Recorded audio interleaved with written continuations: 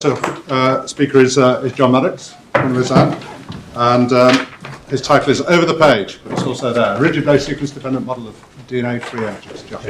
Okay, so again, I will join, I think, not only the speakers but all the participants again in thanking the organisers for running this conference, and I will say thank you for the invitation. As everyone's still drinking their coffee, I'll start with some stories.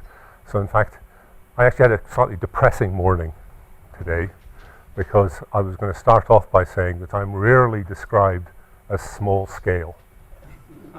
But I was going to talk about the shortest scale of DNA so far. And it's not quite true, because both Andy Travers and Craig Benham mentioned things right down to the base and base pair level. And that's the scale I'm going to at least start at. So that was one joke blown away. And then the other thing, it's not exactly a joke, but I had the ambition, I was going to be the first damn mathematician to use the blackboard, and I got scooped by that by Greg Chirichian. Okay, but I'm still going to use the blackboard, and I'm going to pose a challenge. Well, so I'm now going to do a drawing. I'm now going to draw E, and then there I'm going to draw Rn, and then I'm going to draw two quadratic potentials like that, and I'm going to say quadratic plus quadratic equals quadratic. And so then I'm going to draw another quadratic like that. And it's clear that if you add a quadratic function to a quadratic function, you get another quadratic function. But the most important point is that that delta is not equal to 0. Okay? And that the min involves inverses of coefficients.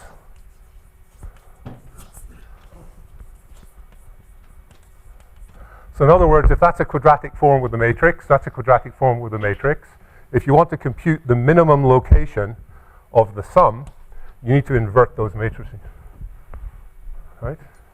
Okay, so bear that in mind, and that will reappear.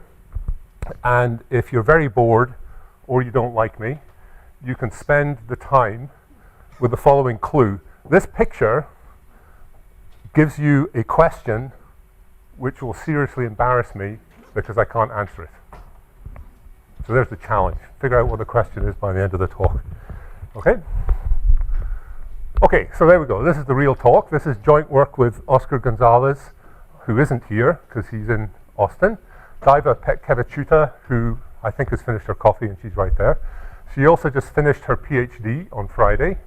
The examiners were Greg Chirichian and Craig Benham. I'll do the opposite of Aris Lieberman, which is I'm an emitter of postdoc candidates as opposed to an absorber. So if you like my talk, you can hire me. No. Okay, so no, but Diva, yeah, okay. Good. So what's the introduction? Develop a model, predict the expected shape and flexibility of a DNA oligomer with arbitrary sequence. Okay, so that's the goal. So I want to start from a base pair sequence and get a free energy model for DNA. The idea is we want to do it in solution. We're going to restrict, well, that's good. We want to restrict it to standard B form. Have to start somewhere. And the length scales we're sort of targeting are a few tens to several hundreds of base pairs, maybe even 1,000, something like that. So of course we're in Cambridge, and even if we weren't in Cambridge, we'd mention Watson and Crick. That's the idealized structure. Lots of people in the room know more about it than I do, but I guess one of the points is that, get rid of the mouse, the idealized structure is a straight helix, and in point of fact it's not. So the point is that as a function of the base pair sequence, DNA can be highly curved, and perhaps it can also have different rigidities. Okay, so then that was known later. I apologize, I don't even know where that image comes from now. Probably somebody can tell me. And so now I say the first contentious statement. Well, it's a true statement, but it may not be to everybody's liking. So I now want to claim is that the recent availability of really large-scale MD data sets, molecular dynamics, atomistic molecular dynamics, opens an avenue to parameterize detailed coarse-grained models. And so that's what the talk's about. So you could say garbage in, garbage out. But I'm going to start from molecular dynamics, then I'm going to get a coarse-grain model of DNA, and then later on we can see whether it was garbage in. So what is the large-scale data set I'm going to use is something called the Ascona BDNA Consortium. So in fact, I proposed this consortium at a meeting in Ascona, which is a beautiful conference center, and there was a bunch of people naive enough to accept to do it. And in fact, I should actually say Richard Lavery is really the guy I would say who really drove it through. But basically the point is, if you have 10 or a dozen labs, you can compute an awful lot more than if you only have machines sitting in one room. But the point is that it's really important that everything's consistent. So that's the idea. So the consortium basically said all these simulations are totally consistent. Right? So you get a really big consistent data set. So the basic idea, again, which was actually of Richard's, is that the ABC consortium simulated oligomers that had all possible tetramers in them. So it turns out there's 136 unique tetramer subsequences, and in the set of oligomers you simulated, there's multiple instances of those. And so, in fact, I proposed it because for many, I used to say years, now depressingly I say for many decades, I've always had the idea I want to parameterize coarse-grained models of DNA, and that's why I proposed this. As we started to do the research, we actually realized that the ABC sequences aren't enough because the ABC sequences all have the same ends. So in fact, DIVA, in my lab and others in my lab, we actually had to simulate all 16 unique end sequences. So 5' AT, 5' blah, blah, blah, the 16s of those. But the point then is that we can still have them consistent with the rest of the data set. It's atomistic MD, yada, yada, yada. Most of these people here will insist on explicit water, ions, etc. Right? The simulation times in this data set is between 50 and 200 nanoseconds for each oligomer. Actually, there was a mention of the Anton supercomputer 2 days ago, I think, 1 day ago, something. So one of the ABC oligomers has now been run for 10 microseconds on Anton, and that suggests that you're safe at 200 nanoseconds for averages. You're probably not safe at 50. And in fact, the latest manifestation of the ABC is we're going to have microsecond data for the entire database sits on computers all around the world. The trouble is it's not yet on one computer anywhere in the world. There's certain logistics about this. But anyway, okay, so that's our starting point. We're going to use this as the training set. What's the basic problem? This is a cartoon. This is a fisherman who's starting to drown. That's like, the sou'wester hat.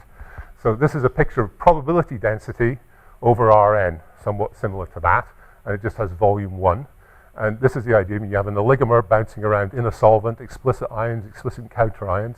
You want a ground state, a most probable shape, and you want to understand the fluctuations. And then this is the notation, so we're going to assume the probability density is 1 over partition constant, e to the minus inverse temperature scale of free energy, U of W. Okay, so that's, and we want to be able to do that for every possible oligomer. So then we're going to pick a rigid base representation. So each base will be modeled as a separate rigid body. I will say explicitly, of course, DNA has backbones. In this version of the model, the backbones are only considered implicitly, right? So in the data, of course, the molecular dynamics has backbones, and somehow you only describe the system at a level that gives you the bases, and at this iteration, you'd have to decide where the backbones are. So DNA is anti-parallel. Our notation is X lives in TACG, and X bar is its complement, and it's always Crick-Watson complement. Okay, so that should set that. So then we have to be a little bit more explicit about the coordinates. So an oligomer with n base pairs has 6n, so I will talk about intra and inter. So the point is intra is inside the base pair, 3 translations, 3 rotations. Inter base pair is 3 translations and 3 rotations between an average rigid base pair. Right? So these are our basic unknowns, but then we introduce a base pair frame, which is the average element, da, da, da, da. So, of course, they're more or less the same as everybody else's definitions of the variables, and they certainly have the same names, right? But please remember the intra and inter, because that will come up a lot. So in other words then, so for us, an oligomer coordinate vector is a vector W in Rn, and it's just a list of intra, inter, intra, inter. But notice, of course, there's an extra intra. In mathematics, this is the lamppost problem. There's always one less distance between the number of lampposts, right? Otherwise, you fail arithmetic 101. Concretely, we use a small modification for scaling reasons, which are of the program Curves Plus, and that's recently out. Okay, so then now modified by the data, we're now going to go down to a specific model, which is where the free energy is actually quadratic. So now the fisherman's hat really is a Gaussian, and so that mu hat is supposed to be the minimum energy sitting down there, like there, and then the k is somehow it's the width. But of course, it's in very high dimensions. Well, Oscar can only draw in 2 dimensions. Right, so now we say the free energy is like this, where u is this shifted quadratic. So then mu is the ground state. It's the lowest free energy you can get for a given oligomer. And then you have a big stiffness matrix. But, and then these depend upon the sequence S. Right? So we're trying to get rules that if you give me a sequence of arbitrary length oligomer, I can give you a mu and a k. Okay? And in particular, I should say at the moment, we make no assumptions about how sparse the k is. Okay? So the k could be dense in principle. Okay, so then Professor Jackson, is that the right? No, she's not here, she does proteins, but it's data, it's a real talk. Do you remember? She said you had to show data. So for any molecular dynamics time series, you have all these x, y, z coordinates. So then you can project them using curves to get a time series of the oligomer coordinates. And then I can just plot histograms of them. Okay? So this is this particular sequence. It's an 18-mer. Nearly all of the ABC data has GCNs because they're known to be incredibly stable against fraying. Okay, so that's fine. And so you then, so these are tilt, roll, and twist. Those are inter, so you label with the dimer step. The first dimer step is GC, the second one is CT, the third one is TA, blah, blah, blah, blah, blah, and you read along like that. Okay? And so the ABC sequences have tetramers, and what that means is that there's a tendency in columns to be the same dimer step. Okay? But you can see, for example, that AT is consistently very different from TA. This is good, it'd be bad news otherwise, but you see differences. I should also say, what are the plots? So the plots, the thick lines are histograms from the molecular dynamics. The dashed lines where you can see them are Gaussian fits, and the dashed lines where you can't see them are also Gaussian fits. So, I mean, in point of fact, this data, I mean, it's not perfectly Gaussian, but it's not so bad. Okay? That can vary drastically depending upon so these are the marginals, of course. So it's a theorem, first theorem of the conference. A marginal of a Gaussian is a Gaussian.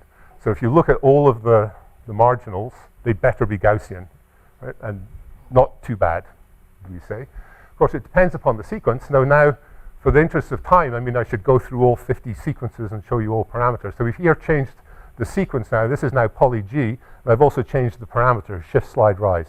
Okay? But again, I mean, a lot of the parameters are pretty close to Gaussian, but I'm being honest, this is one of the worst cases. I mean, that you start to get a shoulder and whatever, but we're still going to fit it as Gaussian. This is perhaps the worst one, and it's interesting. This is a GG step. That's a GG step. That's a GG step. That's a GG step. These ones, so in fact, these should all be identical, but it's clear that this step is worse. And for anyone who's looked at this, it's a CG that's downstream. And the CG looks perfectly Gaussian, but CGs are always special. And in fact, this guy is far from Gaussian, I claim, and I think a lot of people would agree with me, because there's a CG step downstream. So in other words, the interparameters at one step depend upon its neighbors. It's not local. Okay? John, don't they also depend on other parameters corresponding to the same step? So, Sure. for example, you would expect... No, yeah, okay, so this is for the people who don't know, so you can't ask the question. It's a culprit. Sorry. No. I mean, but I'm trying, it depends on lots of stuff, right? Yeah, no, absolutely. It depends on everything. I mean, these are projections, I think, is what. Absolutely, yes. And so the point is, you know, I tell people in my group, you can assume anything you like as long as you're honest about it. So we assume Gaussian in all space. It's not Gaussian in all space. How can you check it? You can check looking at the marginals. They're not so bad. Right. What I'm asking is, you're not assuming that the covariance is 0. No, yeah, absolutely not. Okay. So that question you can ask. That's a good question. Thank you for the question. All right. So now I can represent this data a different way. So I mean, these. So I didn't show you all the variables, right? But each one of these distributions has a peak. So now I can show you plots of all the parameters for a given sequence. So this is now an 18-mer. That's the sequence, and then we wander along this. And so there's inter, intra, translations, and rotations. So this is intra, this is inter, this is translations, that's rotations, right? So that is, I mean, so there's no coarse graining. I mean, this is things evaluated from the MD data and plotted, yeah? What are the units? So, so the units on the translations are angstroms, and the units on the angles are fifth of a radian. Second question, figure out why we used a fifth of a radian. I'll come back to it. It's about 12 degrees. But there's a reason. It's scaling. Okay, so I'll answer it. So the trouble is, these stiffness matrices are not banded. Everything's coupled with everything. So in particular, you have to couple translations and rotations. And so you have different combinations. So this stiffness matrix in general has dimension-full units. So we're going to make approximations. You get a very good scaling, fifth of radians. And okay, so now I can use the backboard a second time, except I've thrown away the chalk. God, the Newton Institute, they've got 2 pieces of chalk. There. Right. 5 angstroms. Fifth of a radian, 1 angstrom. Okay, so the point is that the length scales for MD is 1 angstrom, is a good scale, right? Characteristic size of DNA, a base would have a radius 5 angstroms, and there's a well-known theorem that 3.4 angstroms, namely the rise, is more or less 5. So there's a simple geometry to relate the unit of rotation to the unit of translation. Okay, so there you go. The other statement is this sequence is a palindrome. So if you read it the opposite way, it's the same sequence. What that means is that the blue and red plots should be even functions, left, right, and the black plots should be odd functions. Don't ask why, don't have time. But they're very close to true. And so this is a test for convergence of the MD simulation. So it's not enforced, but it should be observed. And so, for example, that there doesn't have something there, so in some sense it's not converged. It's also very close to the end. But in general, the symmetry you need is very well respected. So that's encouraging that you're close to convergence. You will also note that that is in bold, and that is in bold because I'm about to do the great experimental technique of making a single point mutation. And that's going to become a T. And then I'm going to show you the same plots, okay? And in point of fact, they're quite drastically different depending on which units you take, okay? So I should say, but again, this is no coarse graining. This is still molecular dynamics, right? And so you can see this kind of stuff going on there, right? And I'll come back to this, and the claim is that the coarse grain model can capture that. And well, okay, yeah, so I'm going to run out of time at this rate. Okay, so indeed, there are covariances. There they are, right? Because the sample data so far had been shapes, expectations. Now, this guy is the inverse of the covariances, so that's, quote, your stiffness matrix. These are some of the diagonal entries. They're the diagonal entries for tilt, roll, and twist as a function of sequence, and in this case, it's a different sequence, like that. So, now, previously, you might say, why do I do rigid bases? If I did this for a rigid base pair model, this matrix would be dense. It's much more banded at the rigid base level, right? And we like that because it's a way of getting the sequence dependence. Okay. The red stencil, it corresponds to a range of interaction where each base interacts with each of its 5 nearest neighbors. There's one across the strand, there's one upstream and downstream on both strands. So each base has 5 nearest neighbors. If you do the arithmetic or the counting, that's that stencil. And in fact, our coarse-grain model is going to assume that stencil. Now, it's certainly true that there's still signal outside that stencil, but there's a lot more signal inside that stencil than if it were block diagonal 6 by 6, which is the standard models. So you capture a lot more. Actually, David Swigon is not here. Okay. So David, you asked me in Ohio 2 years ago, what's the error in going from rigid base to rigid base pair? And I can now say it's 52%. In a sense, we can make precise. It's a big error. I didn't know the answer then. You can fit probability distributions, we'll say. Okay, so what is the model? So now we're going to consider a model based on 2 types of interaction energies. There's going to be a monomer interaction energy. So this is going to be a function of the intra-coordinates at each base pair, 6 degrees of freedom. And we're going to say, look, shifted quadratic form. So here's a shifted quadratic form. So for each base, and as a function of the sequence, you'll say that there's a little 6 by 6 stiffness matrix, and there's a natural shape, and that's the energy for that base interacting with that. Then everything else that goes across a junction, we'll write as a shifted 18 by 18 quadratic energy, because it means, for example, the deformation from y to x, you need to do intra, inter, intra. So you get 3 times 6, 18 by 18. So it's kind of it's an artificial decoupling of the energy of interactions, but it's a decoupling which you can use to make the fit. Okay? And so, so that's the model. So now here's the deal. So by summing the monomer and dimer contributions along an oligomer, we obtain an energy for the oligomer, like, which is what we wanted.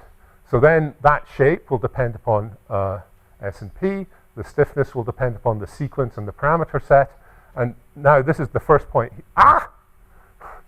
Don't lean on the wrong button. Oh, shoot, sorry. Okay, there we go. There's this constant, and the point is I added up a bunch of little guys. You add up a quadratic, you get a quadratic, but you can no longer get to 0. And this is the point, is that,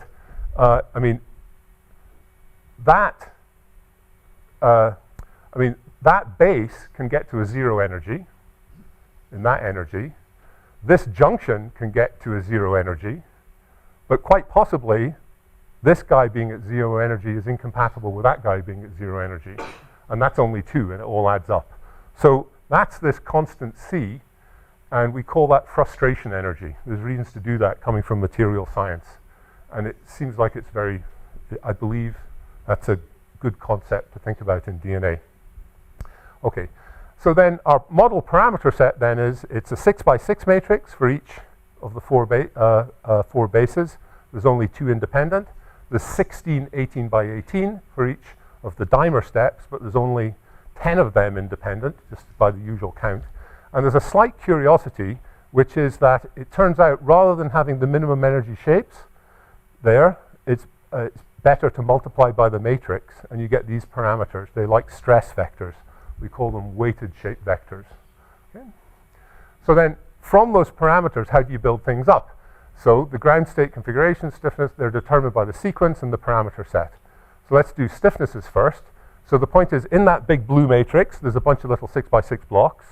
And then, so this goes intra, there is no inter energy, intra, right? You do them like that. The 18 by 18s overlap, because the point is that the second base pair in is part of the first junction, and it's also part of the second junction. Okay? So from the parameter set, you then build up a global stiffness matrix, and oh look, it has an overlapping 18 by 18 structure, which fit very much the data. It's no accident. You can actually do the same thing for these sigma vectors. The sigma vectors also overlap in the same way, but the interesting thing is that to get the minimum energy accessible state for the oligomer, you have to invert this guy with the stiffness matrix. That stiffness matrix is not diagonal. When you invert it, it is dense. And what that says is that the sequence here has an effect on the shapes which spread out. And that's this statement. It just comes exactly from linear algebra. Okay? So that's the model. Now we need a training set. So what's our training set? So it's going to come from MD. So what do? We just evaluate expectations and covariances along a database of MD time series. That gives a time series of coarse grain parameters. You then evaluate expectations and covariances of the coarse grain guys. That then gives you a bunch of Gaussian training distributions like that. Anyone who's done this knows that estimating covariances and stiffnesses is very sensitive to outliers. Right? You can pollute things horribly. So there's a number of ways to go about that. We never found a totally satisfactory one. And currently what we do is, if in any hydrogen bond in a snapshot, if any hydrogen bond anywhere in a snapshot is broken, you toss it. Okay? So it's a severe triage. So this really is BDNA. Hello. Alas, yes. Okay. So then that's our training set. And then we ask, okay, so now we do the best fit. So now we have a probability distribution which comes from our model. We have a probability distribution which comes from the training set, and you have to ask, how do you best fit it? Number of ways to do that. It's not exactly Shannon entropy, but it's closely related. We use the Kullback-Leibler divergence. It has a number of interesting things. It doesn't depend upon units. It can be regarded as fitting covariances rather than stiffnesses. There's a number of nice properties. One of the nice properties is there's a formula for it. So you don't have to evaluate this numerically when it's Gaussian. So you either know that or you don't. But, okay. So results 1. Don't get too excited. This is part 1. Right. So a best fit parameter set, we did it, okay? Once you have the parameter set, you can reconstruct a ground state configuration and a stiffness for any sequence of any length. If you send us an email, we'll send you back a MATLAB file. You can type in your favorite sequence. You get a shape. We'll give you a stiffness. Then we send you the bill. Right. Results 2. The sequence dependence of the parameter set is dimer-based. Okay? I already said this.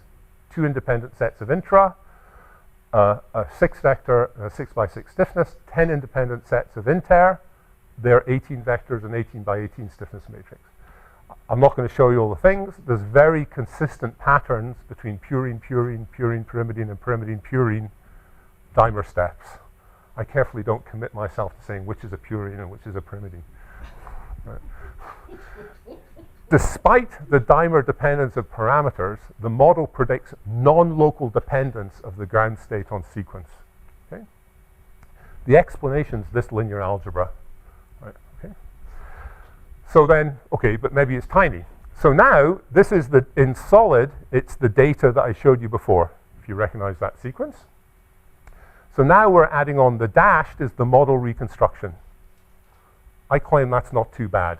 You can quantify it, but the model reconstruction is exactly palindromic. You might argue this isn't so good, whatever, but there you go. So either is that good or bad? Don't know. Looks good to me. Put you on the spot. Yeah, it's not so bad. Always got to be a bit suspicious if you're reconstructing something that's in the training set. Okay? So now the point is, this is now the point mutation. We did do the molecular dynamics of this, but we didn't put it in the training set. So now there's 3 curves. The dot is the, I think it's the MD of the unmutated, and then dashed is the reconstruction, solid is the data. And it tracks it, I claim, pretty damn well. Moreover, you can sort of see, so that's, which way did that go? That went that way this time. So there's the T, right? And so something happens here. But you're getting quite big changes over here, right? So the nearby junction is changing. Even variables are changing, even though the dimer step didn't. So I mean, the non-local dependence isn't just tiny. Okay, you're a good guy. I'll let you ask another question. Thanks. Quick. So I've heard it said that in MD simulations, at least with the current force fields, that the DNA is somewhat under-twisted. And I also noticed that your twist disagreement seems to be about the worst of the bunch. No, but Are the they units related? are fifths of a radian. The worst of the bunch. Don't know. We'd have to look at that in detail, and I'd rather move on. I mean, to be clear, mathematician, input, output. Our input is a time series. You then do this. 20 Right. years' time. Depend on a force field. Absolutely. In 20 years' time, different force field. Right. And I mean, it's clear that the average twist isn't so great still. But anyway. Okay, fine. What about stiffnesses? So this is a zoom of one of these big stiffnesses now with the red stencil. We're also contemplating that blue stencil, which is a wider one. This is actual and model diagonal entries, but then you also have to worry about sparsity, right? And in fact, these guys, these nice bright yellow guys, they're the same plots, but with differences, and that goes from minus 10 to 6, that goes from minus 20 to 120. In fact, we do two steps. This is something which doesn't obey the stencil. You then best fit to something which does obey the stencil, and the difference is this. So the entries outside the stencil are identical, but in a different color plot. And this fits quite well. And then the sequence dependence, I need to practice more with this. Yes. The sequence dependence is then to fit the stuff in here, and by definition, this stuff is 0. Right? But again, I claim that's not so bad. And with the Kullback-Leibler divergence, the total error is about 5% from the ND time series. Okay. Did I finish? I did. Okay, so there you go. Summary. Blah, blah, blah, blah. All right. I really like the idea of frustration. I've never seen it before. And it really seems that its frustration is due to this pre-stress, it's due to this height, right? Okay. That's the first talk. 5 minutes. It's 5 minutes. It's 5 plus 5, right? 10 after I finish. So it's 5 minutes to talk. 5 minutes. There's time for questions, right? Yeah. Okay. Right. Yeah. Okay. Good. I had all my questions. Take away Steve. Go ahead. Right. You were politely posing the question: is the MD training data set complete fantasy? I exaggerate a little, but it's a very reasonable question.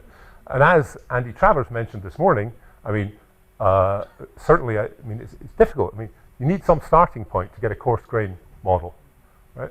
And Wilma and others have done, after Wilma first, I guess, and then others following on, have taken crystal structure data of DNA wrapped with proteins and taken ensemble averages. For our model, there does not exist enough data in the crystal structure data. We need at least instances of all trimers. We really want instances of all tetramers, and there just aren't enough available. We also need ends. However, from the MD ensemble, you can compute the marginals which correspond to the crystal structure data. So this plot, if, for example, is all 10 dimer steps, that's the tilt, and it's the AA step, but it's averaged over all flanks, right? So there's no context. So one of those lines is the MD data with a plus minus standard deviation, and the other line is the crystal structure data with a plus minus standard deviation, and they're not so far apart. Okay, so that's another test. Right. Of course, I guess I would really love to get NMR data, although that's another whole can of worms. Right. And so that's, in fact, it's not so much work in progress as the damn manuscript's been sitting in a drawer for a couple of years, but we should get it done. So of course, then you'd also like to go to longer length scales. So we can now build a stiffness matrix, a Gaussian stiffness matrix, for any sequence you like. So in particular, you can do poly G and poly A, and then John Mitchell, and then more recently other stuff with Marco Pazzi, who are both here, and there's a poster about this. You can then just compute the persistence length. That's it. So poly A is stiffer than poly G. Thank you, Professor Travers, for agreeing that that should be the case, or stating that should be the case. However, the numbers aren't so great. They seem to be like 30% too high. I mean, so if you go down 1 and you go across, you're coming down at 200 or something. It's a bit high. And so there could be various reasons for that. We filtered on broken hydrogen bonds.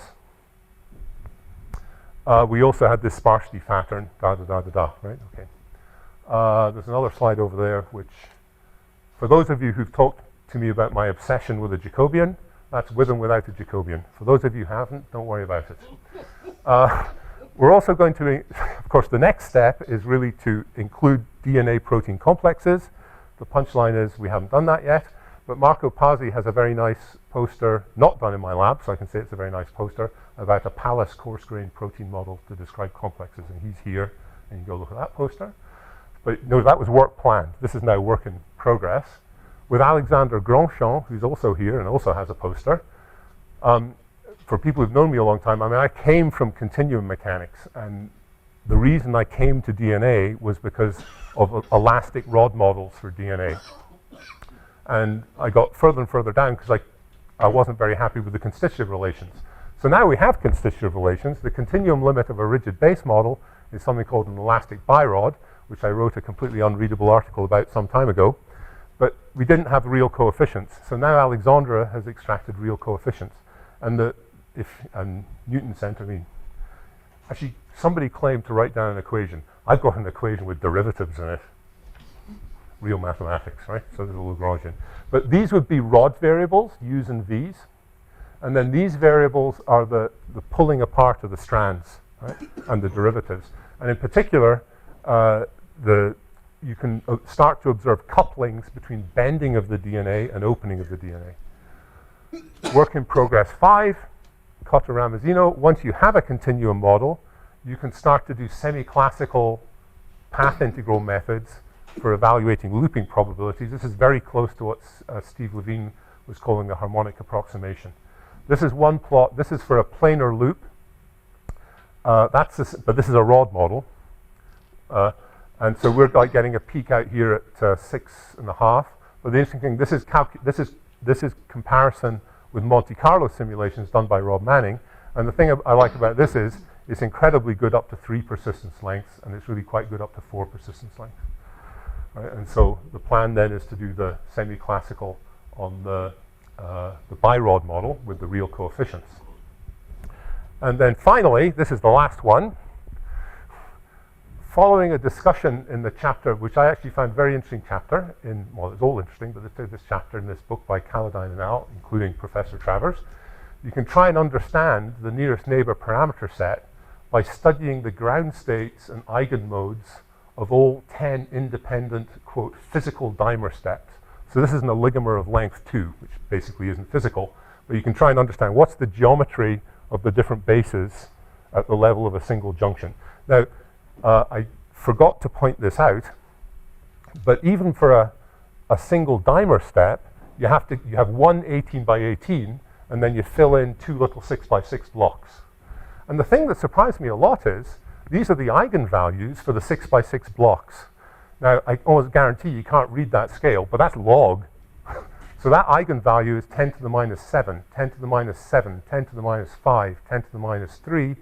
These are order 1 in the appropriate units, which the chairman won't let me describe because he's nasty. Right? So then this plot's maybe more interesting.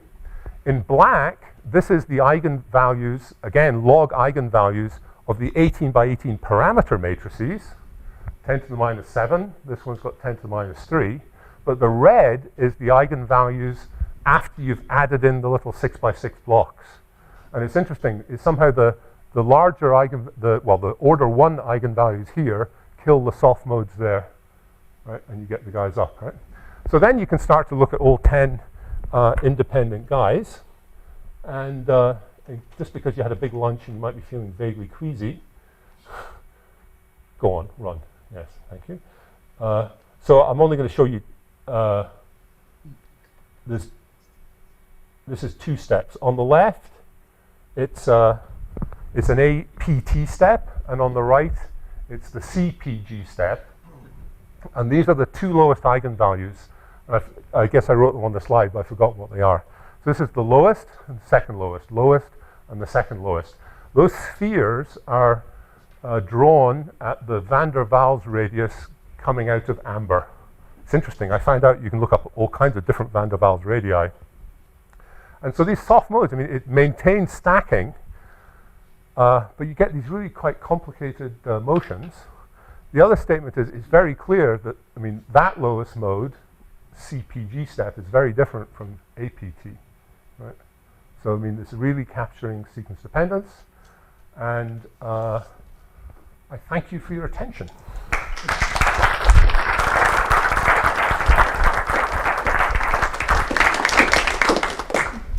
Oh, you can't unplug my Just movies. about have time for a question. Yeah. John, the minor group is very dependent on the B1, B2 backbone transition. And to what extent does your model and the simulation capture that? If at all? So the B1, B2, well, okay, so it's like the graduate, you know, the key word is plastics. So for coarse graining, the key grain is marginals. So B1, B2 is in there, it's in the MD simulations. Is it fast enough that you average over it? Don't know. I mean, there's alpha gamma flips, and they're definitely problematic. So, I don't know. I mean, you do what you can do, right? And certainly, I mean, our ongoing interests are in modeling the backbone better. And you can do it different ways. I mean, yeah, yeah. But I mean, actually, I think my guess is B1, B2 isn't so problematic. Alpha, gamma, stuff like that. Big time, broken, I mean, you know, we're starting, right? I mean, the thing I'd also like to do is, you know, there's these very nice models of melting. Actually, what's the question which kills me? Did nobody think about that? We were listening. Sorry? We were listening to what you were saying. Okay, yeah, good. Right, yeah. So the trouble is we can't, why did I assume those heights were 0? I don't know that. And so we really need melting data. There should be constants in the parameter set. So we get a relative frustration, but it should be a potential energy coming from infinity. So we'd also like to try and capture some non-Gaussian thing to try to get melting, but that's like a desiderata. Okay. I think we better move on.